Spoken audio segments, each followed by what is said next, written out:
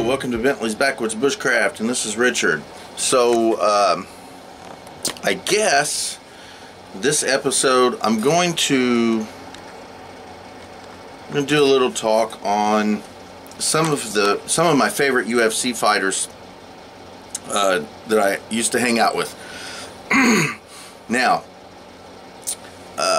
most of them were UFC guys. There were a few Strike Force and some Bodog people, but mainly UFC fighters. Prior to Strike Force getting popular, well, let's just skip that right now. Let's see here. Let's I'll tell you the three fighters that my wife really had a thing for. Boss Rutan, Rich Franklin, and Kevin Randleman. She had a thing for all three of those guys. So I was at an event, and Rich was there, and we were talking, and I told him, I said, listen, I said, Michelle can't be here today, and she's really upset about it. So Rich goes, hey, hold on, let me call her and I'll talk to her. So he calls her, and she didn't answer the phone. I don't know where she was or what she was doing at the time. I don't recall. But she didn't answer the phone, so he left her a message. Now, when she got the message, first she was upset that she hadn't answered the phone when he called, but it actually turned out even better because he left her a message on her cell phone, and she kept that message for, I don't know, a year and a half or so, and it ended up getting deleted off her phone, and she was upset she was just upset. But so yeah, Rich Franklin was a really cool guy. Michelle just totally had a thing for that guy. Let's see here. Michelle has a picture of her and Kevin Randleman, and he's kissing her on the cheek, and she loves that picture too. That's I'm trying to think of who else was there. Can't remember at the time, but anyway. So, and who did I say? Boss Rutan. Oh, she really liked Boss and his bald head. She used to love to rub his head. So that's actually how her and I met. I was still had a military haircut. I wasn't bald at the time, and she walked up and rubbed my head. She got a thing for bald guys. So I think those were her three favorites. Let's see, my three favorites. I don't know. I know who my absolute favorite to hang out with was, but I'm not going to talk about him until towards the end, because I have a real good story about that. You know, my wife makes me go to these things, and she just wants my money. If I don't go to these things, I don't get paid, and if I don't get paid, she don't get no money. Now, yeah, you gotta excuse me right now, cause I'm still hungover from last night. Yeah.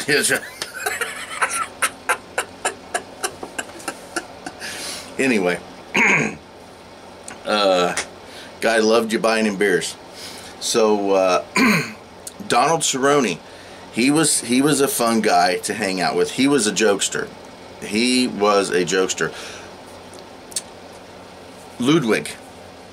Dwayne Ludwig, he was a serious jokester. Yeah, oof.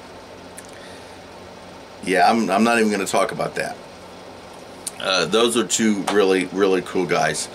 A few people I didn't care to hang out with. Babalu was not a fun guy to hang around with. Babalu was kind of,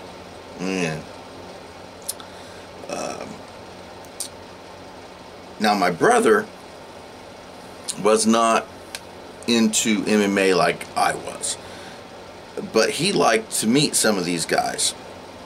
So when he got a chance, he would hang out, meet them, that sort of thing. Now, by chance, it was purely accidental, but it was right after Babalu and Chuck Liddell had fought, and Babalu had lost. So my brother and I were talking to, talking. Babalu was there, and my brother wanted to get an autograph from him. So he walked up to him to get an autograph. Well, my brother was wearing a Chuck Liddell shirt. He just happened to have the Chuck Liddell shirt on. It wasn't anything planned. And oh man, he didn't have anything to do with my brother. He sneered at him. You know, he didn't want anything to do with him. I think he thought my brother had done that on purpose, but he hadn't. He wasn't really a fun guy to hang out with. I mean, I'm sure he was with his friends, but, you know, he and I weren't buddies. So, I'm trying to think of Dwayne. Dwayne was a jokester. Waterman wasn't too bad. He got into the religious strength training thing, you know, where they like tear books and bend bars and all that kind of stuff, and did it for the Lord and all that. And he and I got along. I only seen him once or twice, but he and I, he's a cool guy. He is a cool guy. Very, very religious though. Very religious. I'm trying to think of, I'm trying to skip over my most favorite person to hang out with. A couple people I did not like. Now listen, as a fighter, I did not like these two guys. Did not like them at all. Rude, obnoxious, just could not really deal with these guys. But on a personal level, they were very respectful. They were very kind. They were very nice. Nice guys. But as fighters, couldn't stand them. The Diaz brothers. As fighters, I didn't like them at all. But you get them outside the cage, talk with them, hang out with. They're really cool guys. They were really cool guys. So let me see here. Who else?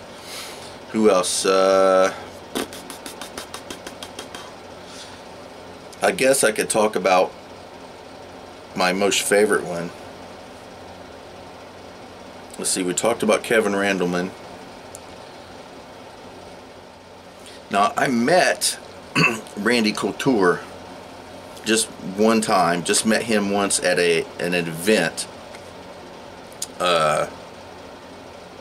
Really nice guy, but he was very busy, and he didn't have time for chats or stuff like that. He was there for business, and that's what that was. But he seemed like a pretty nice guy. So I was fighting at an event that Dan Severn had something to do with. I don't remember what he was actually there for. He was delivering something. I don't even remember. He wasn't really a part of the event, but he was there, something to do with the cage. He may have been actually delivering the cage or something like that. I can't recall. But I remember he came in bib overhauls. He was kind of a kook. But yeah. Oh, Bigfoot Silva. Oh man. Okay, so Bigfoot Silva fought for Strikeforce, right? Okay. Dude is huge. I mean, huge. I can't even compare. I guess like Andre the Giant, huge. The man was massive. And he had the most petite little wife you would ever imagine. I mean, it was just amazing, the different size. The size difference. It was just phenomenal. So anyway, he's off signing autographs at an event. His wife and his daughter is there. Now, I don't recall. His daughter was very, very young at that time. I don't know, she was maybe 5 or 6 years old at the time. Adorable little thing. I mean, she was an adorable little girl. So I'm sitting, where was I? I was sitting off to the side in the area where he was signing autographs. And she walks up to me and she hands me this piece of paper. You know, she just hands me this piece of paper. And and I take it and I thank her, and then she turns around and takes it back from me and walks off. So I kind of look at my wife. I'm like, oh, what was that? And then she comes back again, and she's got a pen with her, and she scribbles on the piece of paper and then hands it to me. And then I realize she's signing an autograph for me. And her and I sat there for, I don't know, half hour, 45 minutes, passing autographs back and forth to each other. Oh, that was a fun time. I remember that was really cool. That was fun. So yeah, trying to think of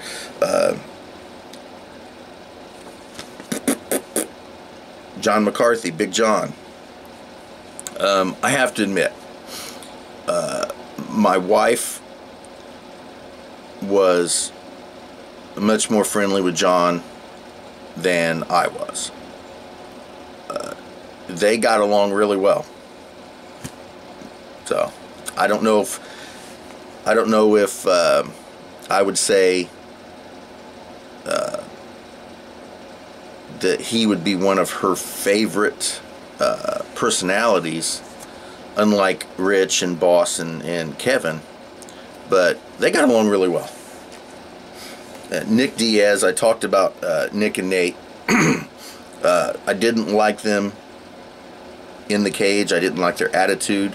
I didn't like the way they acted in the cage. But I'm telling you, they don't act like that outside the cage.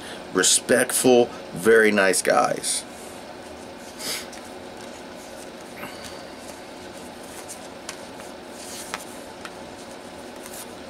Let's see here. I'm trying to go through some of my stuff and trying to remember some. I'm looking through some of my stuff. If you notice, I'm looking down here like this. I'm going through some of my stuff, trying to spark memories of some of this stuff. Rich Franklin. Yeah, I talked about how my wife had a big thing for that guy.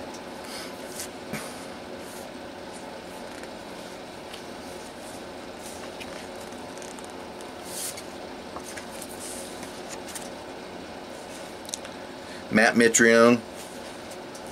I don't really know Matt. I met him once, and again it was at an event. Seemed like a nice guy, but he just wasn't really talkative, so I left him alone.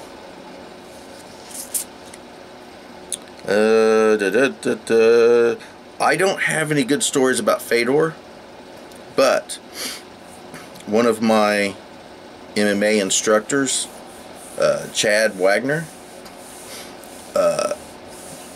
went to Russia with Fedor. He's got a lot of good stories. He's got a lot of good stories about Fedor, which I will not repeat. So, just to say.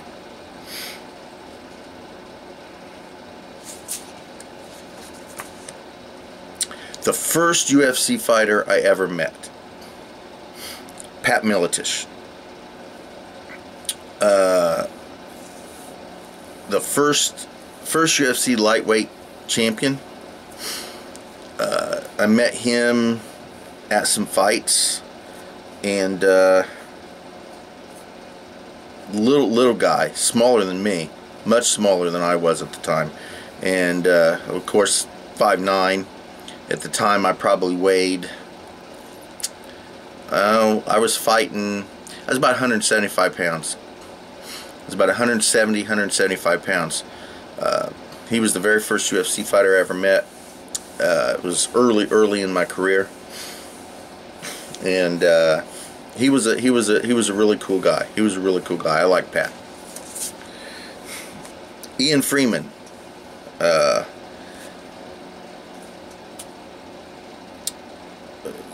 Very cool guy. Very cool guy. He definitely took time out to hang out with his fans. Really nice guy. Mark Coleman.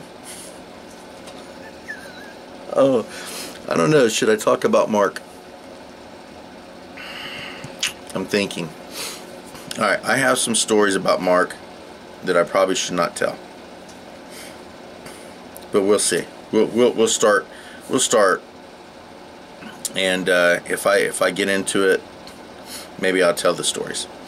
So I could do a complete video just on Mark Coleman.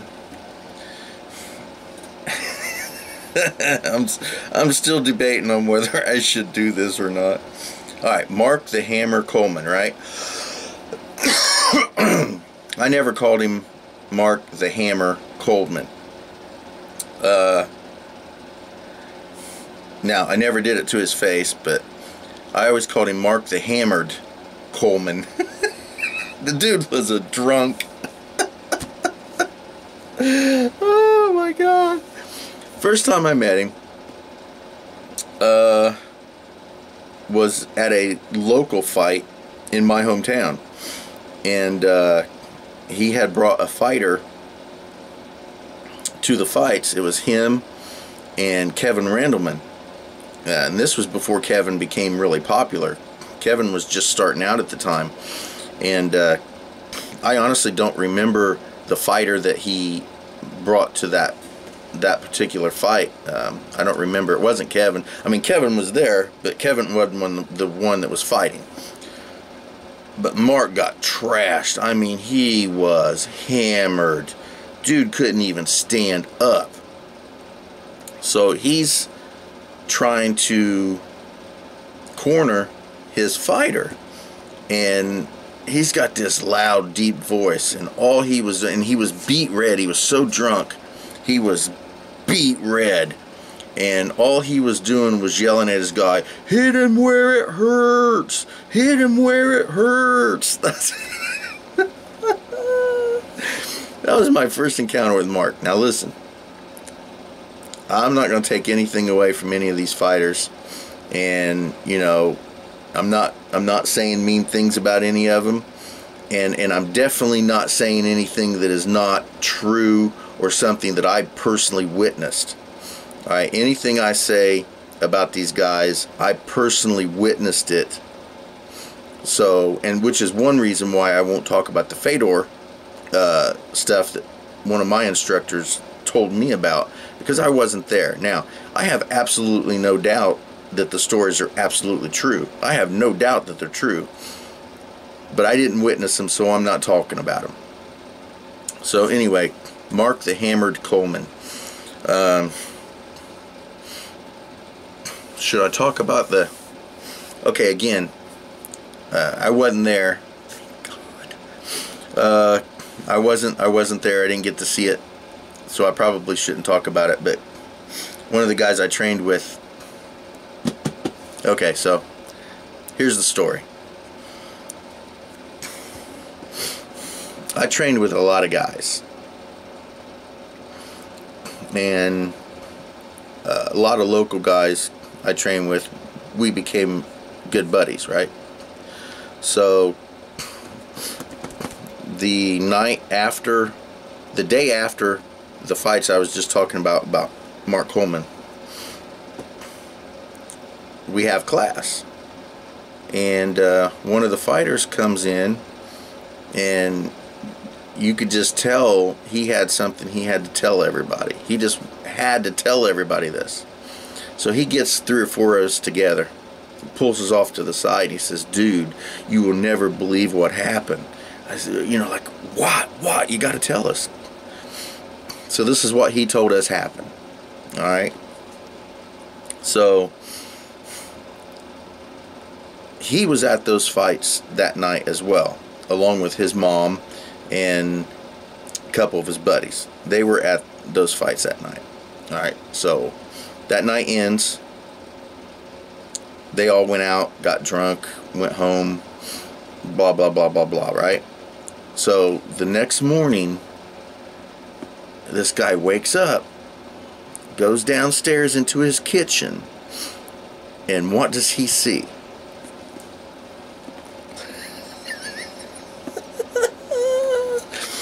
He sees Mark Coleman standing there in his underwear.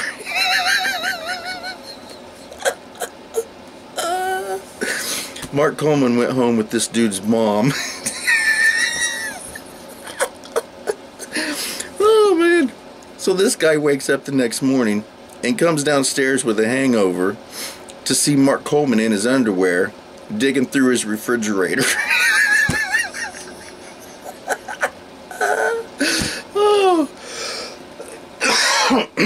Fun stuff. Fun stuff. Alright, let's get away from that. Let's just get away from that. I need to skip over Mark Coleman altogether. Tom Erickson. Great wrestler. Great wrestler. I just accidentally ran into Tom. I was at the Indianapolis International Airport, and honestly, I don't remember why I was even there. But I saw Tom there, and I walked up to him, and he and I had a really good conversation, and I was able to get a picture of Tom and I. So actually, here's Mark and I. This was 14th of April, 01. Right there. And here I am with Ian, the machine gun. There we go. Here's myself and Pat Militish. This was 11 April 1998. This was 98. Ooh, looky there. Hey, Cage Rage 4. That's me.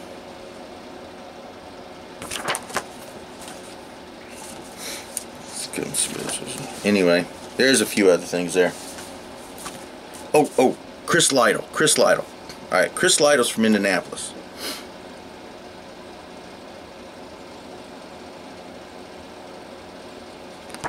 I don't have a date on this. Again, this was at an event we were at. Kevin Randleman.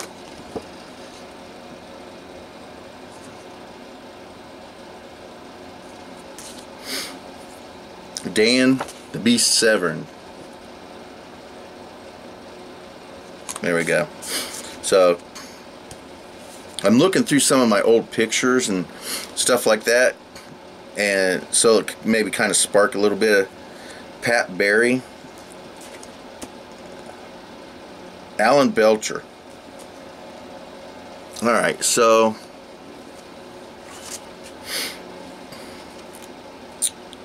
where was I at? I was at UFC 114 maybe?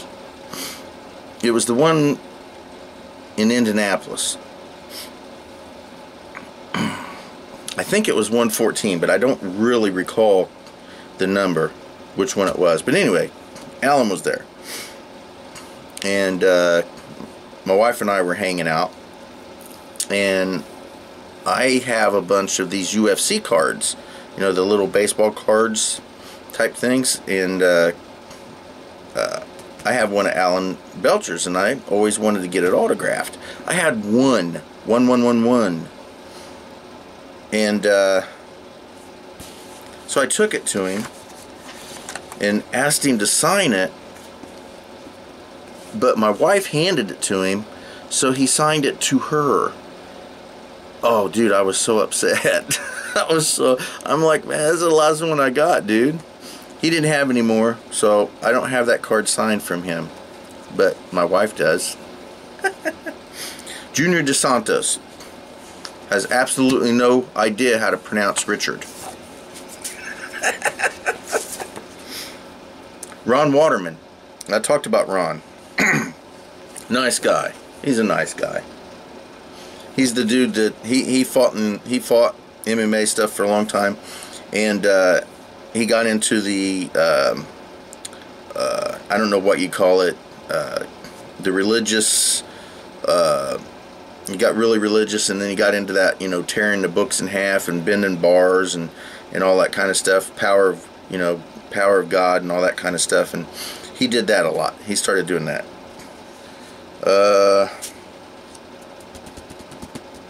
David Loiseau, fun guy. He's a cool guy. He was a cool guy.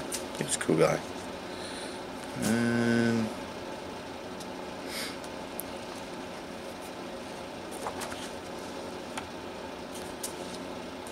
There we go. Dwayne Bang Ludwig.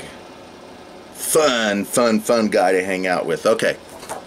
I got to tell a story about him. It involves the one guy I like to hang out with the best, and I can't tell that story yet because I want to tell that at the end. So anyway.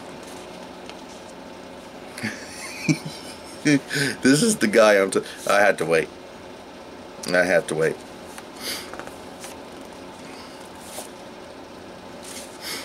Donald Cerrone, he's a cool guy. Okay, so anyway. So, Dwayne, myself, and Don Fry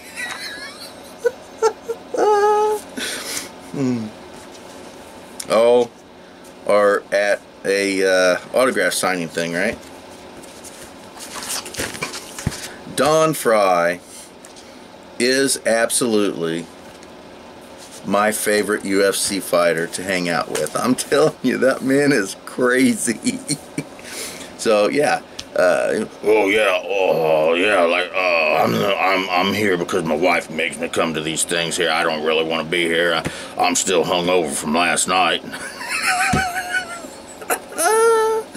Oh, so Dwayne Ludwig is running around in a mustache that he made out of paper to look like Don Fry's mustache, and he's got that on, running around calling himself Don Fry. And Don's still probably a little hungover from the night before. Those two guys are freaking hilarious to hang out with, honestly. So yeah, Don Fry is the funniest guy to hang out with as far as I've hung out with. And if you get him and Dwayne together, they're a team. They're Abbott and Costello. Yeah, absolutely. But Don Fry is actually the coolest, most fun guy, the UFC guy that I've ever hung out with. Absolutely, bar none. Now, training-wise, I've trained with David Love, who fought for Bodog. And I don't know, some people may know about Bodog and some people may not know about Bodog, but I used to train with him a lot. Julie Ketzi, who fought in the UFC and fought in Strikeforce, and I used to train with her a lot. She actually originally started training with the same MMA group that I was training with at the time, Animal House in Indiana. She was still training with Animal House when I showed up, and I got to train with her for a couple good years. Her and David and Joel Blanton. I don't know if anybody, he's a jiu-jitsu guy. Klingerman, James Klingerman, fantastic jiu-jitsu guy.